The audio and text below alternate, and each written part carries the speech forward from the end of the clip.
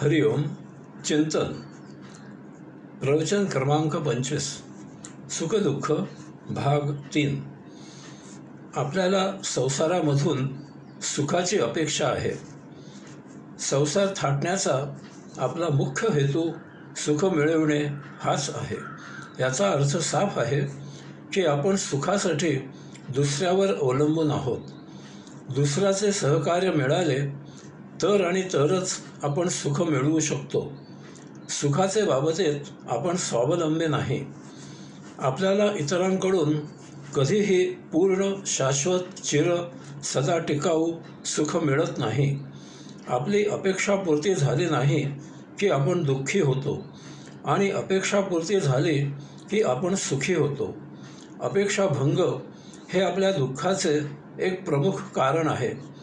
यामुळे आपल्याला जर कायम सुखी राहायचे असेल तर त्यासाठी इतरांकडून अपेक्षा ठेवून चालणार नाही। आपल्याला स्वावलंबीच असावे लागते। सर्व सुख आणि सर्व दुःख हे आपल्या अंतःकरणामध्ये आहे। आपले सुख किंवा दुःख हे कुठेही बाह्यभागी नाही, ते आपल्यातच ठाण मांडून बसलेले आहे। परंतु ते जागृत होण्यासाठी बाह्यभागी काही घटना घडते आणि आपण अंतस्भागी सुखी किंवा दुःखी होतो। याचा अर्थ असाही आहे की आपल्यासाठी बाह्य घटना सतत होणे अशक्य असल्यामुळे सुखदुःख टिकाऊ नाही। सुखदुःख या भावभावना आहेत। यामुळे केवळ सुखदुःखच असे नाही तर सर्व भावभावना रिपू आपल्या अंतःकरणामध्ये असतात। त्या बाह्य भागामधील घटनांमुळे आत उद्दीपित होतात, तसेच त्या अंतस विचारांमुळे जागृत होतात। पंच ज्ञानेंद्रियांचे ज्ञान आपल्याला अंतस्भागी होत असते, त्यामुळे आपण भावभावनांच्या आहारी जातो। याचा अर्थ भावभावना काबूत ठेवणे हे फक्त आपल्याच हाती आहे। याचा दोष इतरांना देणे ही दांभिकता आहे। असो, आपण येथे सुखदुःखाचा विचार करत आहोत। बाह्यभागी घटना घडणे हे आपल्या नियंत्रणाखाली नाही। अशी घटना घडते आणि आपण सुखी किंवा दुःखी होतो। याचा अर्थ सुखी होणे किंवा दुःखी होणे हे आपल्या नियंत्रणाखाली आहे। कारण आपल्यातील सुख किंवा दुःख आपल्यातच असल्यामुळे ते जागृत करणे किंवा न करणे हे आपल्या हाती आहे। बाह्य घटनांनी जर आपण प्रभावित झालोच नाही, अनावश्यक विचार केले नाहीत, तर आपण सुखी किंवा दुःखी होण्याचा प्रश्नच निर्माण होत नाही। यालाच श्रीमद भगवद्गीतेने स्थितप्रज्ञ असे म्हटले आहे। असे कोणते सुख आहे की त्यासाठी आपण इतरांवर अवलंबून नाही? याचे उत्तर आपल्या दुर्दैवाने असे कोणतेच सुख भौतिकात उपलब्ध नाही असेच आहे। विचार करून पहा। आपण अनेक बाबतीत स्वावलंबी झाल्याचे आपल्याला वाटते, परंतु तो आभास असतो।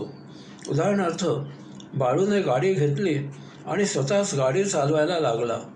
त्याला वाटले आपण स्वावलंबी आहोत, परंतु गाडीच्या नित्य देखभालीचे काय?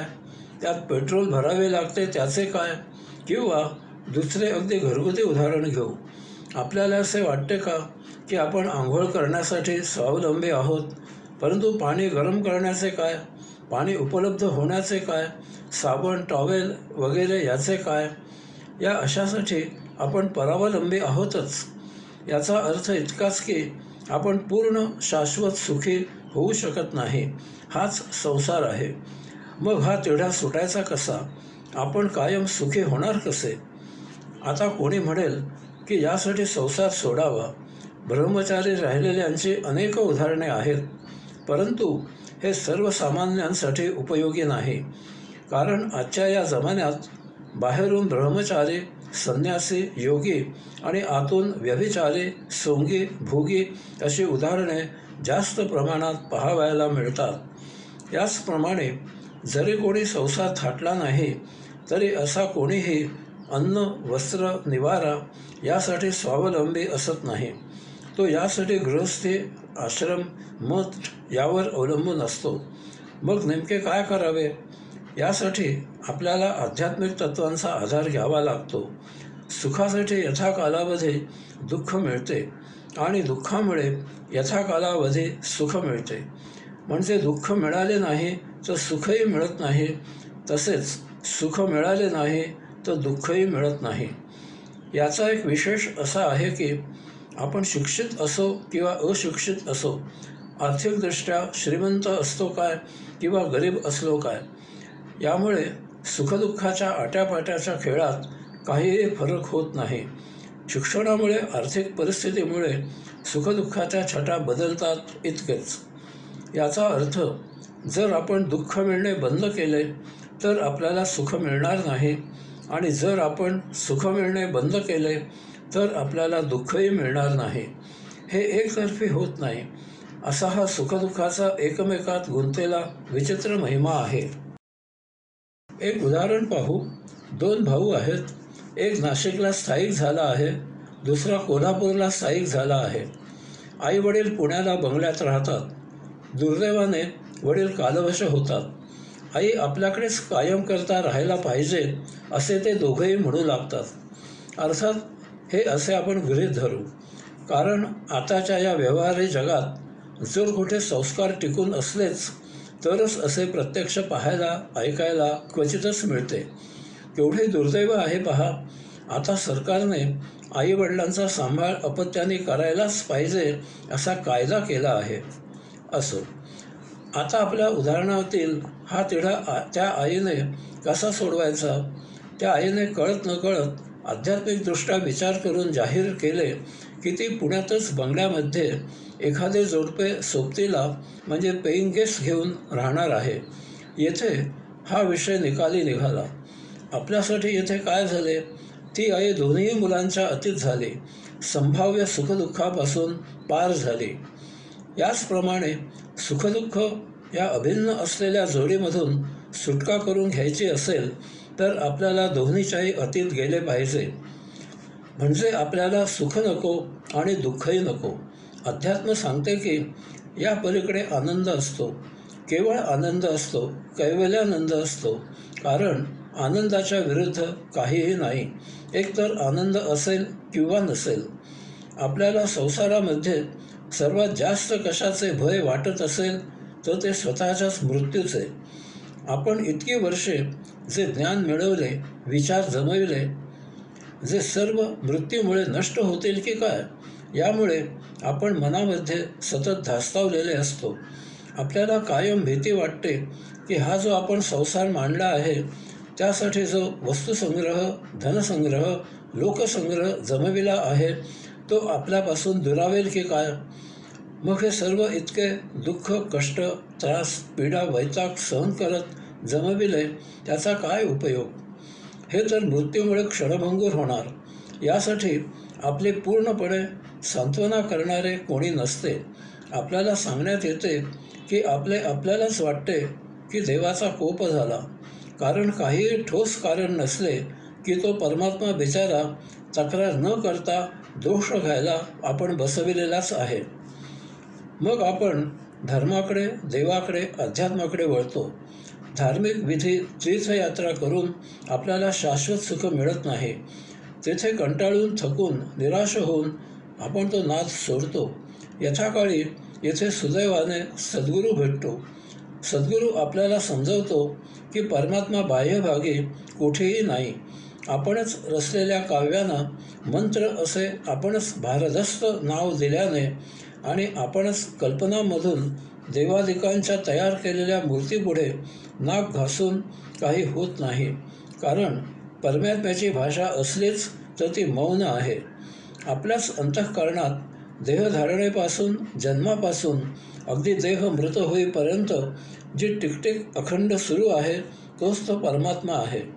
बाह्यभागे सहज सापडायला परमात्मा इतका स्वस्त नाही.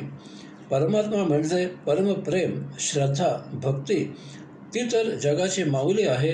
तिची भीती कसली बाळगायची? संसार मायावी, भ्रामक, मिथ्या आहे.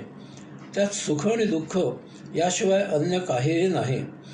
तेव्हा संसारात रमायचे नाही. देह जीवित राहण्यापुरतेच राहायचे. परमात्मा सदा असलेला आदी अनादी आहे.